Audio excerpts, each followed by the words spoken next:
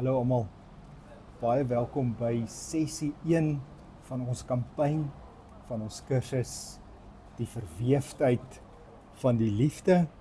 En hierdie kursus gaan daaroor dat ons stilstaan en oordink wat dit is om die vrug van die Gees uit te leef.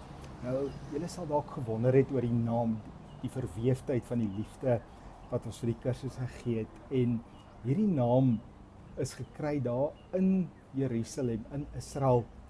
En ek het die voorreg gehad om so 'n klomp jare gelede daar te wees. En een oggend het ek in die Joodse deel van die ou stad geloop.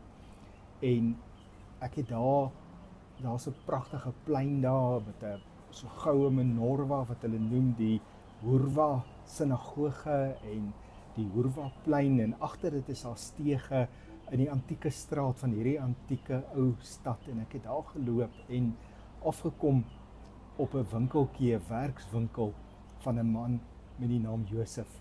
En Josef het die pragtigste gebedsklede gemaak.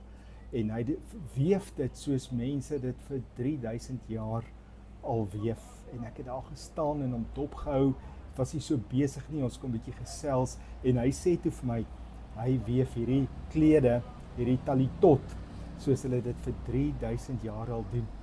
En terwyl ek so staan en vir Josef dophou en kyk hoe hy gebedsklede weef, het dit net so in my hart opgekom, dat die vrug van die Gees, soos een van Josef se gebedsklede is.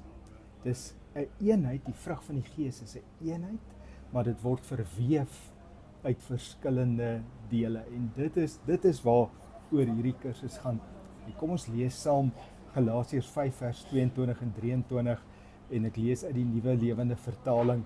En hier staan: maar die vrug vir die Gees voortbring is liefde, vreugde, vrede, geduld, vriendelikheid, goedheid, getrouheid, sagmoedigheid en selfbeheersing. En in die volgende paar weke, 11 weke, gaan ons stilstaan by elke een van hierdie elemente, by een van hierdie fasette van die vrug van die Gees. Maar vandag by die inleiding wil ons by 2 dinge stilstaan. En die eerste ding is dat die vrug van die Gees is om onder die leiding van die Heilige Gees te leef. En as ons kyk na Galasiërs hoofstuk 5, want ons lees in vers 22 en 23 van die vrug van die Gees, dan lees ons in vers 16 hier staan: wat ek bedoel is dit, laat julle lewe steeds deur die Gees van God beheers word. En dan 'n bietjie later lees ons in vers 18: maar as julle deur die Gees gelei word. En dan in vers 25 staan daar: ons lewe deur die Gees, daarom moet die Gees ook ons leefstyl bepaal. So ons sien die konteks van die vrug van die Gees is die Heilige Gees se leiding, wanneer ons deur die Heilige Gees lewe. En dan die volgende ding waarby ons vandag stil staan, is dat die vrug van die Gees is een ding. Ons lees nie van die vrugte van die Gees nie, ons lees van die vrug van die Gees. En uit Galasiërs hoofstuk 5 is dit baie duidelik dat die vrug van die Gees liefde is. Dat dit daaroor gaan dat ons met liefde uitleef. En liefde het verskillende fasette of verskillende gestaltes. En dit is wat ons in hierdie kursus gaan bestudeer. Nou in Galasiërs 5 vers 6 staan die volgende, hier staan: wat egter wel belangrik is geloof wat deur liefde dade word. So ons sien, ons geloof in die Here Jesus moet deur liefde oorgaan in dade. En dit is die vrug van die Gees.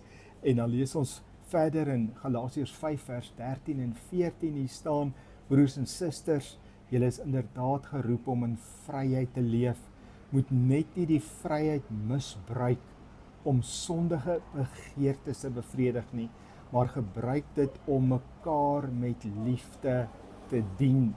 Die hele wet is saamgevat in een opdrag: jy moet jou naaste lief hê soos jouself. So die konteks van Galasiërs hoofstuk 5 sê vir ons eerstens, die vrug van die Gees kan net uitgeleef word deur die werk van die Heilige Gees. En dan die tweede ding wat ons sien, hierdie vrug is liefde. Die hele Galasiërs hoofstuk 5 gaan daaroor dat ons wat volgelinge van die Here Jesus is, moet liefde uitleef. En wanneer ons liefde uitleef, dan leef ons die vrug van die Gees uit, en die vrug van die Gees het ook verskillende gestaltes of verskillende fasette, en dit is die vreugde, vrede, geduld, vriendelikheid, goedheid, getrouheid, nederigheid en selfbeheersing. So, vandag nooi ek almal uit om saam op reis te kom, dat ons hierdie volgende tyd die tyd sal uitkoop en die vrug van die Gees sal nastreef. Want in 1 Korintiërs 13 vers 13 lees ons dat die grootste ding wat elke Christen in hulle lewe moet nastreef, is om liefde uit te leef. En mag die Heilige Gees ons elkeen so help, want ons kan dit nie uit eie krag doen nie. Kom ons bid saam. Hemelse Vader, ons kom na U toe in die naam van Jesus Christus, ons Here. Here, ons bid dat U met ons elkeen 'n ontmoeting sal hê tydens hierdie kursus, dat U ons elkeen sal lei, dat U deur die Gees ons sal vervul, sodat ons kan liefde uitleef, sodat ons die vrug van die Gees kan uitleef. Help ons om die vrug te verstaan, help ons om die vrug in hierdie volgende weke te oordink, sodat ons dit prakties in ons lewens kan toepas. Here, aan U al die eer, en Hemelse Vader, wanneer ons die vrug uitleef, wil ons dit doen heel eerste tot U eer. Ons bid dit in die naam van Jesus. Amen.